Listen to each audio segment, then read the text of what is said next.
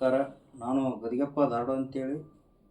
ಇವತ್ತು ತಮ್ಮೆಲ್ಲರಿಗೂ ಒಂದು ವಿಷಯ ತಿಳಿಸೋದು ಏನಂದ್ರೆ, ಕರ್ನಾಟಕ ಸರ್ಕಾರ ಈಗಿನ ಕಾಂಗ್ರೆಸ್ ಸಿದ್ದರಾಮಯ್ಯ ನೇತೃತ್ವದ ಕಾಂಗ್ರೆಸ್ ಸರ್ಕಾರ, ರಾಜ್ಯ ಸರ್ಕಾರ ಇವತ್ತು ಕರ್ನಾಟಕ ರಾಜ್ಯದೊಳಗೆ ಹಣಕಾಸಿನ ತೊಂದರೆ ಐತೇಳಿ ಸುಮಾರು 9 ವಿಶ್ವವಿದ್ಯಾಲಯಗಳನ್ನು ಮುಚ್ಚಲು ಪ್ರಯತ್ನ ಮಾಡಕತ್ತೈತಿ. ಇವತ್ತು ಯಾಕೆ ಮುಚ್ಚಾಕತ್ತೈತಿ ಅಂದ್ರೆ, ಅಲ್ಲಿ ಇರ್ತಕ್ಕಂಥ ಸಿಬ್ಬಂದಿಗಳಿಗೆ, ಅಲ್ಲಿರ್ತಕ್ಕಂಥ ಕುಲಪತಿಗಳಿಗೆ ವಾಹನಗಳಿಗೆ ಸೌಕರ್ಯಗಳನ್ನು ಹಣಕಾಸಿನ ವ್ಯವಸ್ಥೆ ನೀಡಲು ಆಗದೇ ಇರುವ ಕಾರಣ ಇವತ್ತು ನಾವು 9 ವಿಶ್ವವಿದ್ಯಾಲಯಗಳನ್ನು ಮುಚ್ಚಲು ತೀರ್ಮಾನಿಸಲಾಗಿದೆ ಅಂತೇಳಿ ಇವತ್ತು ಪೇಪರ್ ಸ್ಟೇಟ್ಮೆಂಟ್ ಕೊಡಾಕ್ತಾರೆ.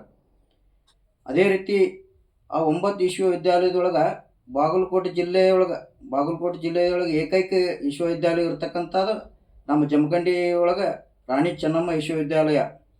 ಈ ವಿಶ್ವವಿದ್ಯಾಲಯ ಏನಾದರೂ ಮುಚ್ಚಿದ್ರೆ ಇವತ್ತು ನಮ್ಮ ಭಾಗದೊಳಗೆ ಯಾವುದೇ ರೀತಿ ವಿಶ್ವವಿದ್ಯಾಲಯ ಇಲ್ಲ. ಇಲ್ಲಿ ಹೆಚ್ಚಿನ ಉನ್ನತ ಶಿಕ್ಷಣ ಪಡಿಬೇಕಾದ್ರೆ ವಿದ್ಯಾರ್ಥಿಗಳು ಬೆಂಗಳೂರಿಗೆ ಹೋಗ್ಬೇಕು, ಇಲ್ಲ ಬೆಳಗಾವಿ ಹೋಗ್ಬೇಕು, ಬಿಟ್ಟರೆ ಬೇರೆ ಜಿಲ್ಲೆಗಳಿಗೆ ಹೋಗ್ಬೇಕು, ಇಲ್ಲ ಧಾರವಾಡಕ್ಕೆ ಹೋಗ್ಬೇಕು. ಧಾರವಾಡದಾಗ ಇರ್ತಕ್ಕಂಥ ಕೃಷಿ ವಿಶ್ವವಿದ್ಯಾಲಯ, ಆದರೆ ಈ ನಮ್ಮ ವಿಶ್ವವಿದ್ಯಾಲಯ ಈ ಸುತ್ತಮುತ್ತ ವಿದ್ಯಾರ್ಥಿಗಳಿಗೆ ಎಲ್ಲಿ ಅವಕಾಶ ಇಲ್ಲ. ಅದಕ್ಕೆ ಇದು ಏನಾದರೂ ಮುಚ್ಚಿದ್ರೆ ಜಮಖಂಡಿ ತಾಲೂಕು, ಮುಧೋಳ ತಾಲೂಕು, ಬಿಳಗಿ, ಇಡೀ ಬಾಗಲಕೋಟೆ ಜಿಲ್ಲೆಗಿನ ಒಂದು ದೊಡ್ಡ ಹೊಡೆತ ಬೀಳ್ತೈತಿ.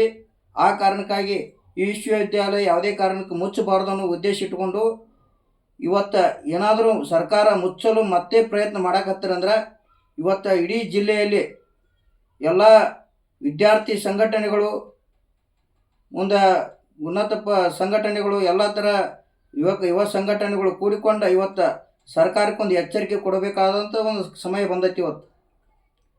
ಇವತ್ತು ರಾಜಕಾರಣಿಗಳು ಯಾವುದೇ ಬಿಟ್ಟಿ ಆಸೆಗಾಗಿ ಇವತ್ತು ಗ್ಯಾರಂಟಿಗಳು ಯೋಜನೆ ಜಾರಿ ಮಾಡಿದರೆ ಇವತ್ತು ತಾವು ಗೆಲ್ಲೋಕ್ಕೋಸ್ಕರನ ಕೇವಲ ಚುನಾವಣೆ ಗೆದ್ದು ಬರಬೇಕಂತೇಳಿ ಉದ್ದೇಶ ಇಟ್ಕೊಂಡ ಇವತ್ತು ಬಿಟ್ಟಿ ಯೋಜನೆಗಳನ್ನು ಜಾರಿ ಮಾಡಿದರು. ಆ ಬಿಟ್ಟಿ ಯೋಜನೆಗಳ ಪ್ರಭಾವದಿಂದ ಇವತ್ತು ಶಿಕ್ಷಕರಿಗೆ ಪಗಾರ ಕೊಡಾಕ ಸರಿಯಾಗಿ ರಾಕಿಲ್ದಂಗೆ ಆಗೈತಿ. ಸರ್ಕಾರಕ್ಕೆ ಒಂದು ಯಾವುದೇ ರೀತಿ ಒಂದು ವಾಹನ, ಸರ್ಕಾರಕ್ಕೆ ಶಾಲಾ ಮಕ್ಕಳಿಗೆ ವಾಹನ ಖರೀದಿ ಮಾಡೋಕ್ಕೂ ಇವತ್ತು ಅನುದಾನ ಇಲ್ಲ.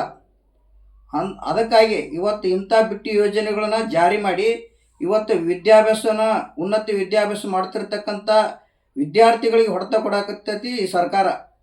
ಇಂಥ ದುಷ್ಟ ಸರ್ಕಾರದ ವಿರುದ್ಧ ಇವತ್ತು ನಾವು ಎದೆ ತಟ್ಟಿ ಹೇಳಬೇಕಾಗೈತಿ. ಇವತ್ತು ನಮ್ಮ ಬಾಗಲಕೋಟೆ ವಿಶ್ವವಿದ್ಯಾಲಯವನ್ನು ನೀವು ಬಂದ್ ಮಾಡಿದ್ದೇ ಆದ್ರೆ ನಾವು ಉಗ್ರ ಹೋರಾಟ ಮಾಡ್ತೀವಿ. ನಿಮ್ಮ ಸರ್ಕಾರಕ್ಕೆ ಎಚ್ಚರಿಕೆ ಕೊಡಾಕತ್ತೀವಿ. ನಾವು ಇವತ್ತು ಶಿಕ್ಷಣ ಎಲ್ಲ ಸರ್ಕಾರಗಳು ಬಂದರೆ ಶಿಕ್ಷಣ ಡೆವಲಪ್ಮೆಂಟ್ ಮಾಡಿದ್ರೆ, ನೀವು ಇವತ್ತು ವಿಶ್ವವಿದ್ಯಾಲಯಗಳನ್ನು ಬಂದ್ ಮಾಡಾಕತ್ತೀರಿ. ಎಂಥ ನಾಚಿಕೆಗೇಡಿ ಸಂಗತಿ ಇದು.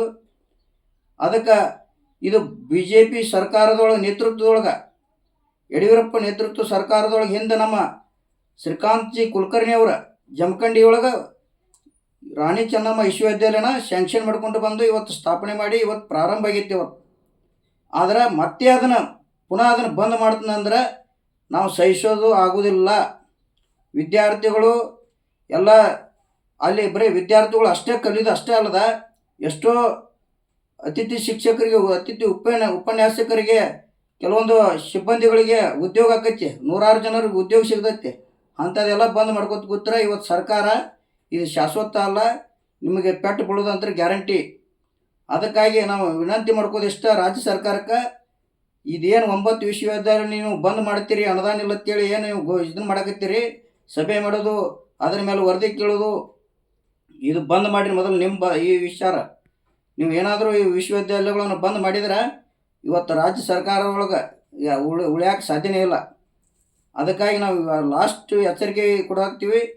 ಇನ್ನು ಮೇಲೆ ಏನಾದರೂ ಬಂದ್ ಮಾಡುವ ಪ್ರಸ್ತಾವನೆ ಮತ್ತೆ ಬಂದರೆ ಇವತ್ತು ನಾವು ಪ್ರತಿ ಜಿಲ್ಲೆ ಒಳಗೂ ಹೋರಾಟ ಮಾಡಬೇಕಾಗತ್ತೆ.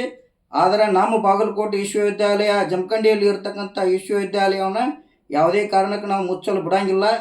ಇದಕ್ಕೆ ನಾವೆಲ್ಲರೂ ಒಗ್ಗಟ್ಟಾಗಿ ಇಡೀ ಜಮಖಂಡಿ ತಾಲೂಕಿನ ಸಮಸ್ತ ವಿದ್ಯಾರ್ಥಿಗಳು, ಮುಖಂಡರು, ಪ್ರಗತಿಪರ ಚಿಂತಕರು ಎಲ್ಲರೂ ಕೂಡಿಕೊಂಡು ನಮ್ಮ ವಿಶ್ವವಿದ್ಯಾಲಯನ ಉಳಿಸ್ಬೇಕು. ಆ ಉಳಿಸುವಲ್ಲಿ ಎಲ್ಲರೂ ಒಂದಾಗಿ ಹೋರಾಟ ಮಾಡಿದ್ರೆ ಇವತ್ತು ರಾಜ್ಯ ಸರ್ಕಾರಕ್ಕೆ ಬಿಸಿ ಮುಟ್ಟಿದ್ರೆ ನಮ್ಮ ವಿಶ್ವವಿದ್ಯಾಲಯ ಉಳಿತೈತಿ ಅನ್ನೋದು. ಆ ಉಳಿಸಿದ್ರೆ ಮುಂದೆ ನಮ್ಮ ಈ ಭಾಗದೊಳಗೆ ಹೆಚ್ಚಿನ ವಿದ್ಯಾಭ್ಯಾಸ ಮಾಡ್ತಕ್ಕಂಥ ವಿದ್ಯಾರ್ಥಿಗಳಿಗೆ ಅನುಕೂಲ ಆಕೈತಿ ಅನ್ನೋ ಉದ್ದೇಶ ಇಟ್ಕೊಂಡು ಎಲ್ಲರೂ ಒಂದಾಗಿ ಈ ಹೋರಾಟವನ್ನು ಮುಂದುವರಿಸಬೇಕು. ಅಕಸ್ಮಾತ್ ಬಂದ್ ಮಾಡಿದ್ರೆ ಅಂತೂ ಎಲ್ಲರೂ ಭಾಗವಹಿಸಿ ಹೋರಾಟ ಮಾಡೋದು ಅಂತೂ ಅನಿವಾರ್ಯ ಆಕೈತಿ. ಅವಾಗ ಎಲ್ಲರೂ ಭಾಗವಹಿಸ್ರಿ, ಎಲ್ಲರೂ ಕೂಡಿಕೊಂಡು ಒಂದು ಹೋರಾಟ ಮಾಡೋಣ ಅಂತೇಳಿ ನಾವು ವಿನಂತಿ ಮಾಡ್ಕೊತೀವಿ. ಇಡೀ ಜಮಖಂಡಿ ಕ್ಷೇತ್ರದ ಜನತೆಯೊಳಗಾಗಲಿ, ಇಡೀ ಬಾಗಲಕೋಟೆ ಎಲ್ಲ ಜಿಲ್ಲೆಯ ಜನತೆಗೂ, ವಿದ್ಯಾರ್ಥಿಗಳಿಗೂ ಹಾಗೂ ರಾಜಕೀಯ ಮುಖಂಡರಿಗೂ ನಾವು ವಿನಂತಿ ಮಾಡ್ಕೊತೀವಿ.